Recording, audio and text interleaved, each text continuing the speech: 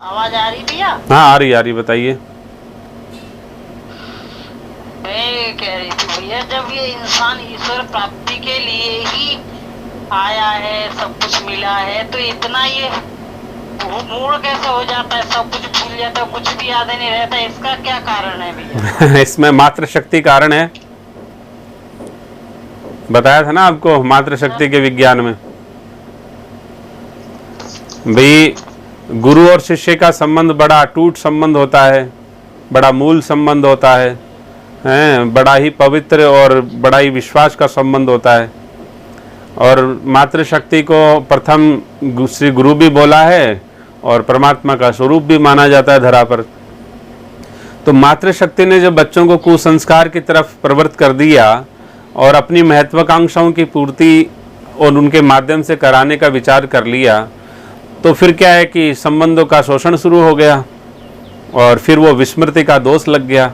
जब अपन ने उस क्रम कांड में देखा था कि भावस्थ होने के बाद भावस्थ स्थिति का क्रियात्मक स्वरूप क्या होता है और उसका क्रियात्मक स्वरूप का परिणाम क्या होता है, भावग्राह्य जनार्दन, और उस प्रार्थना और परिणाम का परिणाम क्या हुआ कि एक संतान को माता के सानिध्य में परमात्मा ने दे दिया और मातृ शक्ति को एक विज्ञान दिया शास्त्रोक्त रीति से कि 13 वर्ष तक आपके सानिध्य में ये बच्चा रहेगा, पूर्णतः आपकी आज्ञा का पालन करेगा और आप इसको जो मार्गदर्शन देना है वो क्या क्या देना है इसका भी विज्ञान आपको हम दे रहे हैं।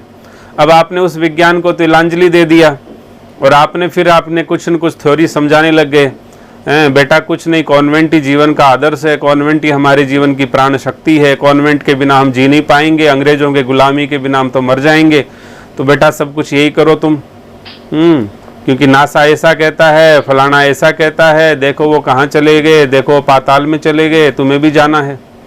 तो बेचारे को पाताल की तरफ आपने डाइवर्ट किया तो वो परमात्मा की तरफ जाएगा कहाँ से?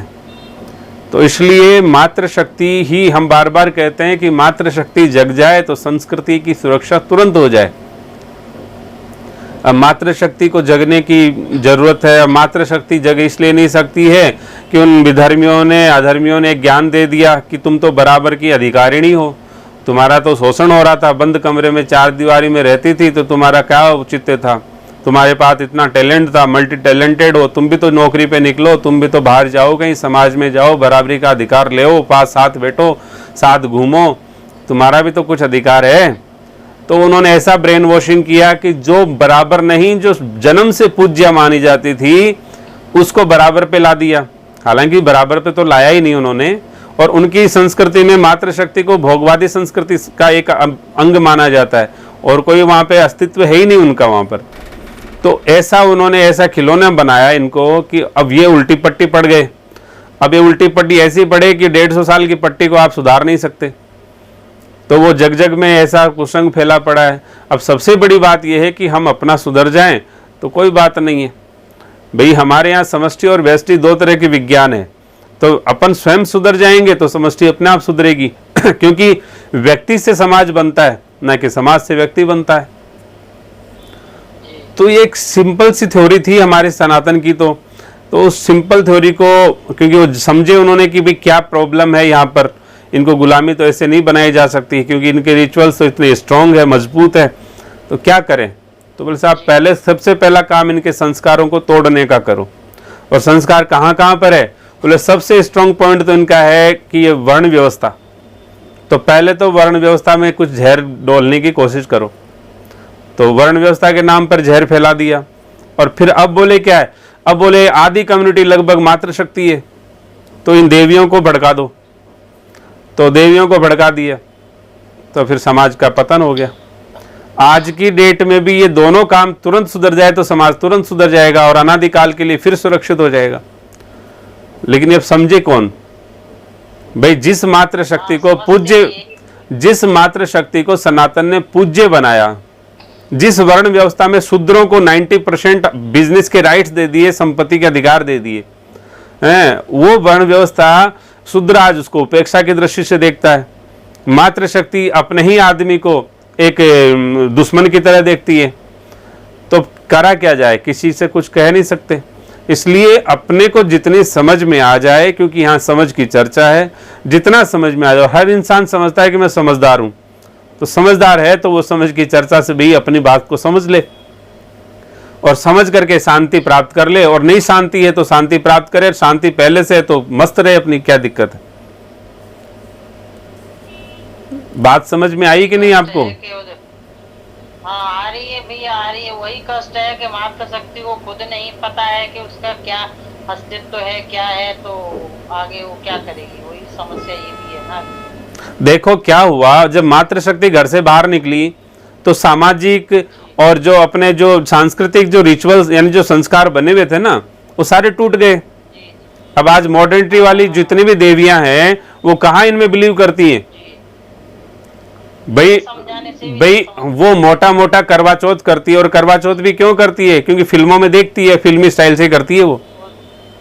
हाँ, बिल्कुल। भाई कहने मतलब है वो करवा चौथ का भी वास्तविक सनातनी स्वरूप नहीं अपनाती है। तो अब और कहने मतलब आदमी भी कर लेता है कहने मतलब है, तो कहने मतलब ये सब उल्टा पुल्टा है, क्योंकि फिल्मों के आदर्श बन गए, चरित्र वही बन गए, तो फिर आदमी क्या करेगा? तो वो अपने सामाजिक रिचुअल्स हैं उनको तो भूल गई है, संस्कारों को भूल चुकी है। अब वो क्या है, क्योंकि समय भी नहीं उसके पास, वो परिवार संभाले कि समाज संभाले कि संस्कार संभाले कि अपना नौकरी करे। तो इसलिए मातृशक्ति के पास में मल्टीटास्क इसलिए दिए थे क्योंकि उसके पास शक्ति है, वो शक्ति की स्वरूपा है, अधिष्ठात्री देवी है। इसलिए उसको बाल्यकाल से ही उसका डिसाइडेड था कि तुम्हारा क्या प्रोफेशन रहने वाला है, तुम्हें क्या सेवाएं देखनी करनी वाली। अब कहने मतलब है सारे एक ही जगह पढ़ते हैं, कॉन्वेंट में पढ़ते हैं, एक ही बात पढ़ते हैं। अरे तो भाई मातृशक्ति की जीवन शैली अलग से होनी है, उनकी सामाजिक जिम्मेदारियां कुछ अलग आने वाली हैं, पारिवारिक जिम्मेदारियां कुछ अलग होने वाली हैं। तो आप कैसे उन बच्चों के साथ उनको पढ़ा सकते हो? भाई पढ़ाई का काम या विद्या का काम तो यही है ना कि जो आपके जीवन में उपयोगी होने वाली चीज है, जो आपको जीवन में भी आपको स्वीकार करनी है, जो धारण करनी है, उसको आप कैरी ऑन करो लाइफ टाइम के लिए। समझ में आ रही है कि नहीं बात? हाँ जी भैया, समझ में आ रही है। और किसी को कोई इसमें ऑब्जेक्शन हो तो पूछ लीजिए क्रॉस क्वेश्चन। बहुत लेट हो गया समझ के भैया। कोई बात नहीं है, सनातन का नाम समाधान है, सनातन सामर्थ्यवान है। नहीं, यहाँ तो जब जागे जब सवेरा, इतनी उदार संस्कृति कहीं हो ही नहीं सकती सृष्टि में। वही कह रही थी मैं जब जग जाओ तभी सवेरा है। हाँ तो कोई बात नहीं, अब आपके शरीर ने भी साथ छोड़ दिया, संबंध भी छूट गए, सब चीजें हो गई, कोई बात नहीं है, लेकिन फिर भी सनातन तो है, अपने पास है, अपना है। और सनातन ऐसा नहीं कि हाँ ऐसा तो सब भैया दुनियादारी का ऐसे ही है। हाँ नहीं, तो वो आपको कोई भी हताश होने की जरूरत नहीं है, निराश होने की जरूरत नहीं है। आपको तो सदा उस सनातन संस्कृति पर, उस परमात्मा पर, सर्वशक्तिमान पर विश्वास करके या विश्वास नहीं तो समझ करके अपनी यात्रा को पूरा करना है।